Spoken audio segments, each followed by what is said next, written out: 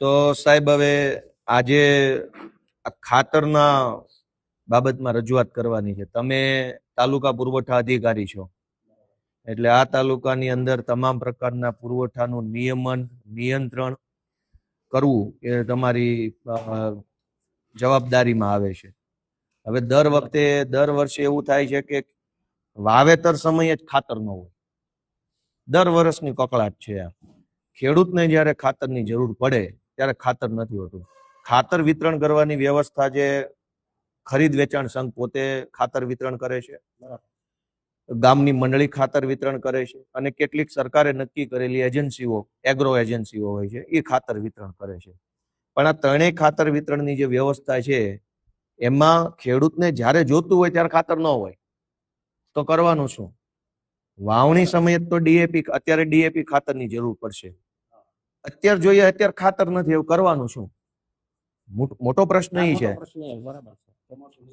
હા, તો આ તો કઈ આ વખતનો નથી, દર વર્ષનો પ્રશ્ન છે. તો સરકારી તંત્ર શું કામ કરે છે? પુરવઠા અધિકારી તમે છો, તો પુરવઠાનું નિયમન કરવું કે ભાઈ કેટલા પુરવઠાની જરૂર પડશે, તે પૈકી કેટલો પુરવઠો આપણા તાલુકામાં ઉપલબ્ધ છે, એનું આગોતરું આયોજન કોણ કરશે? અને આગોતરું આયોજન નહીં થાય તો દર વર્ષે ખેડૂતોને તકલીફ પડવાની છે. એટલે આજની અમારી રજૂઆત એ છે કે અત્યારે આગોતરું વાવેતર, જેને આપણે ઓરવીન વાવેતર કે ઓરવણી ચાલુ થઈ છે, એમાંય ખાતર મળવાની મુશ્કેલી ચાલુ થઈ છે. હવે રાબેતા મુજબનો રેગ્યુલર વરસાદ થાય, ચોમાસું રેગ્યુલર આવશે અને ખૂબ વાવેતર ચારો તરફ થશે, ચોમાસું વાવેતર, ત્યારે ખાતર નહીં મળે. તો મારી તમને પુરવઠા અધિકારી તરીકે રજૂઆત છે કે આનું શું તમારી પાસે આયોજન શું છે કયો. હું તો તમને પછી બધી વિગત આપીશ, અત્યારે તમે કયો કે આનું શું આયોજન છે પુરવઠા અધિકારી પાસે.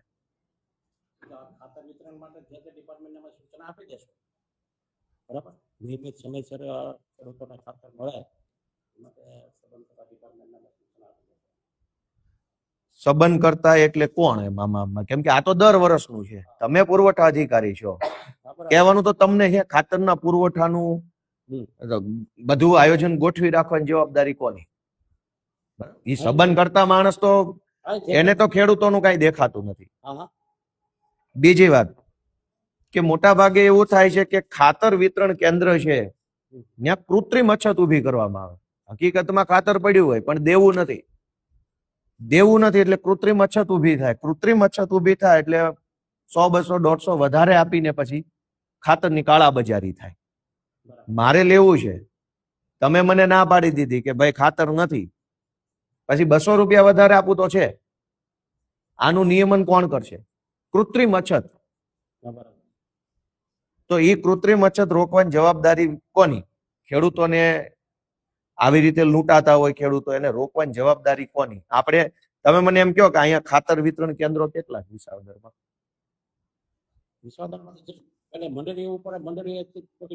કુલ એનું કઈક તમારી પાસે રજીસ્ટર નહીં હોય? પુરવઠો તો ખરો ને? પુરવઠા કોઈ પણ વસ્તુનો પુરવઠો જે છે,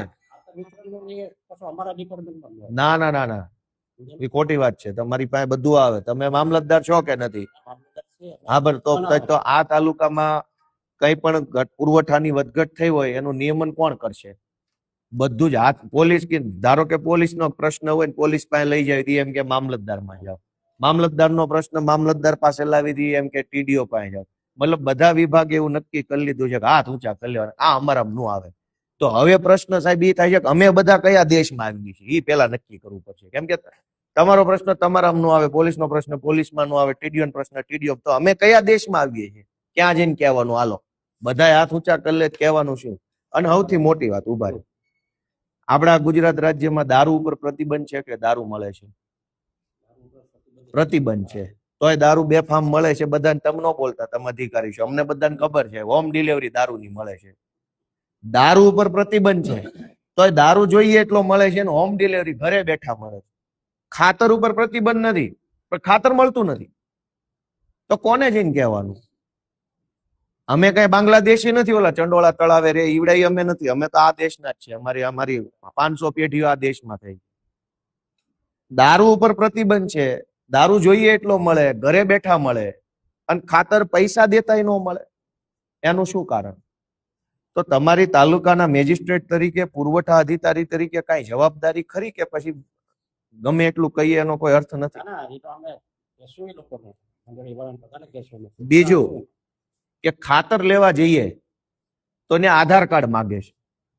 હવે ખેડૂત ખેતરે જ સીધો ખાતર લેવા આવે, હવે ખિસ્સામાં આધાર કાર્ડ લઈને ફરે, ટ્રેક્ટર આંકતા હોય, ખેડૂતના ખિસ્સામાં એક પાવલી ન હોય, પહેર્યા લુગડે ખેતીનું કામ હાલતું હોય, કેમ કે રફ લુગડા પહેર્યા હોય. હવે ઓલો આધાર કાર્ડ વગર ખાતર નથી આપતો. મને તમે નિયમ સમજાવો હાલો કે ઈ આધાર કાર્ડ ને ખાતર ને શું નિયમ છે? દારૂ લેવા માટે તો આધાર કાર્ડ ની જરૂર નથી, આઈડી પ્રૂફ માટે જ માંગતા હોય ને. પણ દારૂ લેવા માટે તો આધાર કાર્ડ ની જરૂર નથી, આઈડી પ્રૂફ ની. દારૂ લેવો હોય તો વગર આધાર કાર્ડ મળે છે, ખાતર લેવું તો આધાર કાર્ડ દેવાનું નહીં. પણ તો એનું શું કરવાનું? તમે શું આદેશ આપશો? હાલો કયો.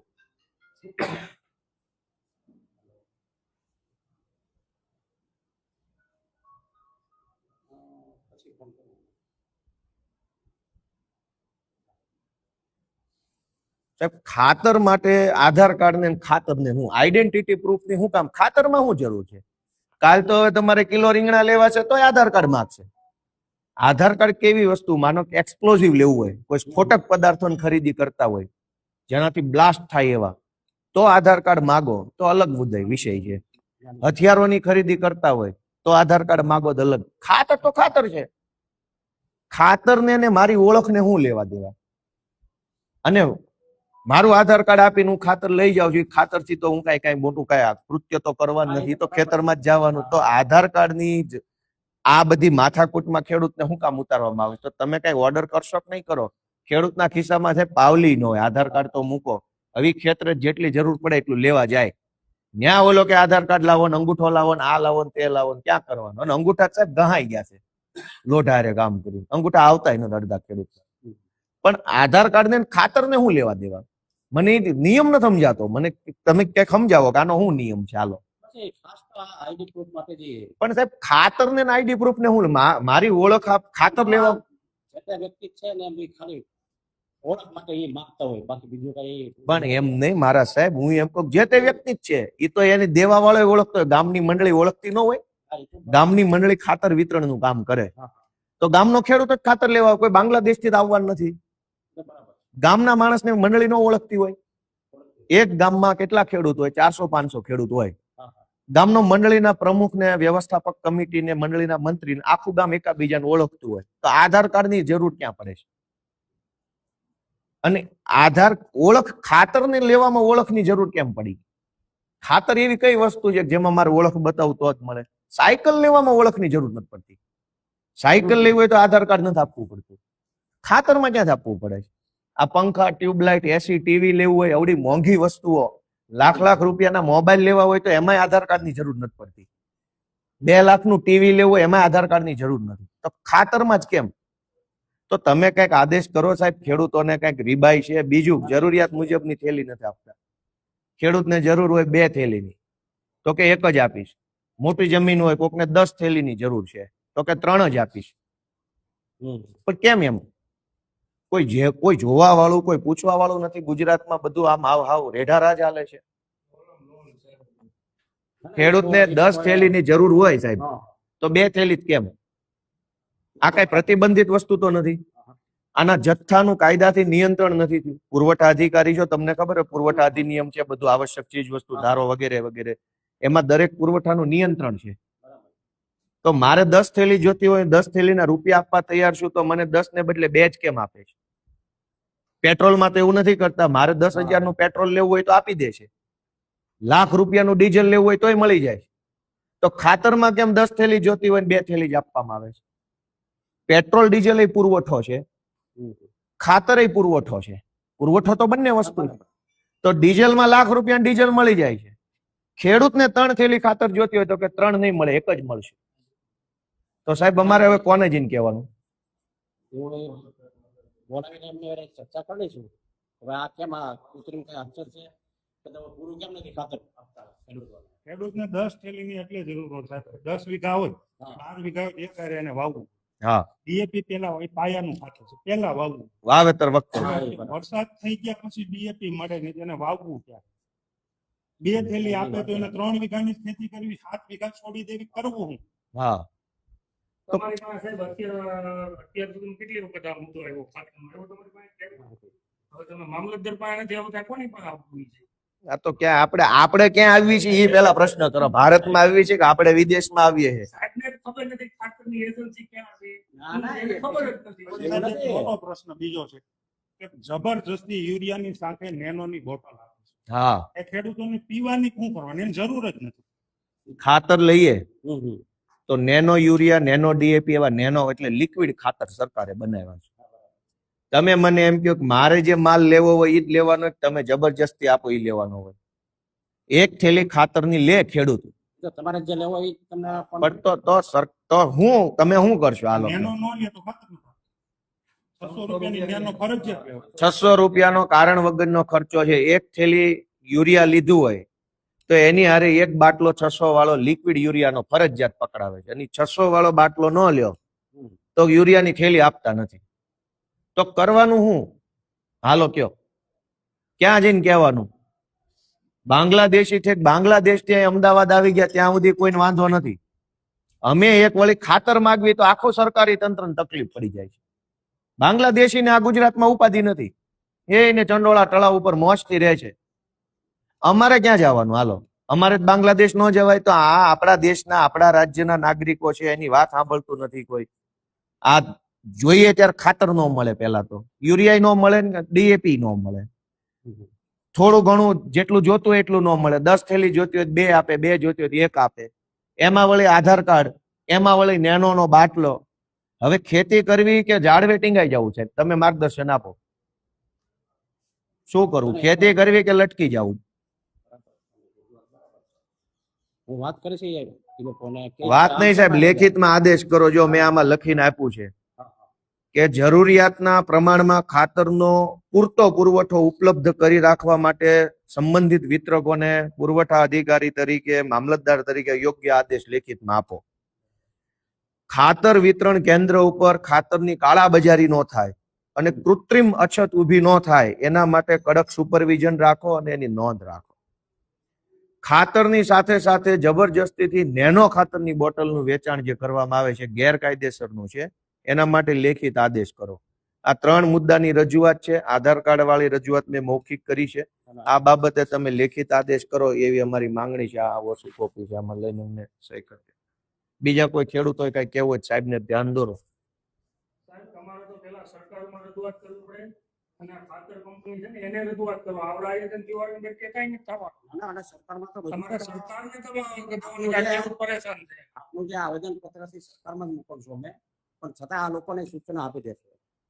ઈ તમને કહે કે કંપનીમાં જ નથી આવતું, ત્યાંથી કહે તમે એમાં દો બીજ આપો. આ તો સાહેબ બધા ગોઠણેથી જવાબ છે. કાગળિયા ઉડાઉડ કરે છે બધા. હું તમને આપું ને તમે ઓલાને આપો ને ઓલાને આપે, ખાતર નહીં મળે. કાગળિયા ચારે બાજુ ઉડશે, ખાતર નહીં મળે. આ બંધ નહીં થાય. અમે તો થાકી ગયા છે આવેદન પત્રો આપીને, પણ હવે શું કરવાનું? અત્યારે ઓરવવાનું ચાલુ થઈ ગયું ધામેધા. આ વરસાદ પડ્યો એટલે લોકોએ વાવી દીધું. હવે ડીએપી નથી, ડીએપી વગર વાવણી થાય. હા હા, એ તો બરાબર. અમારા ગામમાં 100 ખેડૂત રાહ જોઈને બેઠા છે કે ડીએપી ક્યારે આવે. હા ખેડૂત ન મળે આપણે નેટવર્ક ફોન કરે તો વાડીએ ઉઠી જાય રિક્ષા. હા, અમુક માથાભારે માણસોને ઘરે આવીને આપી જાય. દારૂની બોટલ કેમ હોમ ડિલિવરી થાય? ભાજપનો નેતા તો વાડીએ ઉઠી જાય, ખટારા ભરાય. ભાજપ વાળાને મળી જાય છે, આમ ખેડૂતોને નથી મળતું. દારૂની બોટલ એમ્બ્યુલન્સમાં ભરે આતો. શું કરવાનું કયો? આધાર કાર્ડ તો સાહેબ એ તમારે લેખિત આદેશ આપવો પડશે. હું તમને આધાર કાર્ડ ને ખાતર ને કાંઈ લેવા દેવા નથી. ડીઝલ લેતી વખતે આધાર કાર્ડ આપવું પડે છે, તો ખાતરમાં કેમ? ડીઝલ પુરવઠો છે, ખાતર પુરવઠો છે, પેટ્રોલ પુરવઠો છે, કેરોસીન પુરવઠો, આધાર કાર્ડ કેમ? ઘઉં, ચોખા, ચણા, જણસ લેવામાં આધાર કાર્ડ નથી, ડુંગળીમાં આધાર કાર્ડ નથી, બટાકામાં નથી. બધું જ પુરવઠો છે, બધું જ કાયદામાં લખેલું છે. આધાર કાર્ડ ને ખાતર ને હું લેવા દેવા? મને સમજાતું નથી. મારી ઓળખ ને મારે શું કામ આપવાની? કે બાંગ્લાદેશી આવીને ખાતર લઈ જવાના છે અને ગામનો ખેડૂત છે ખાતર નહીં લેતો? ઓળખની જરૂર શું પડે છે ખાતરમાં? ખાતર કઈ બંદૂક તો છે નહીં કે કોને આપી એનું ધ્યાન રાખવું પડે. અને તમારી પાસે કઈ રેકોર્ડ નથી કે કેટલા કેટલા લોકો ગામમાં ખાતર વેચે, એ તમને ખબર નથી. તો પછી આધાર કાર્ડ નો અર્થ શું? એ લઈને ક્યાં આપે છે? હાલો તમે મને કયો. આધાર કાર્ડ ખાતર વિતરણ કરતી કંપની જે છે, સહકારી મંડળી અને સંઘ, એ કઈ સરકારી તો છે નહીં. તો એ આધાર કાર્ડ લઈને કોને આપે છે? ક્યાં તો મામલતદારમાં જમા કરાવતા હોય તો સરકારી થઈ ગયું, પ્રાંતમાં જમા કરાવતા હોય સરકારી થઈ ગયું. એ પોતે તો કઈ ઓથોરાઇઝ છે નહીં. તો આધાર કાર્ડ શું કામ લે છે અને ક્યાં આપે છે? પછી અમારા આધાર કાર્ડ ઉપર લોન લઈ લેશે તો કોની જવાબદારી? ખેડૂતનું આધાર કાર્ડ લીધું, અંગૂઠો લીધો અને 2 લાખની લોન ઉઠાઈ લેશે તો કોની જવાબદારી? તો તમે સાહેબ આમાં લેખિત આદેશ કરો, તાત્કાલિક અર્જન્ટ છે, બધું ખેડૂતો પર જરાક રહેમ કરો, એવી મારી લાગણી છે. લ્યો આપ સાહેબને એક આવેદન પત્ર.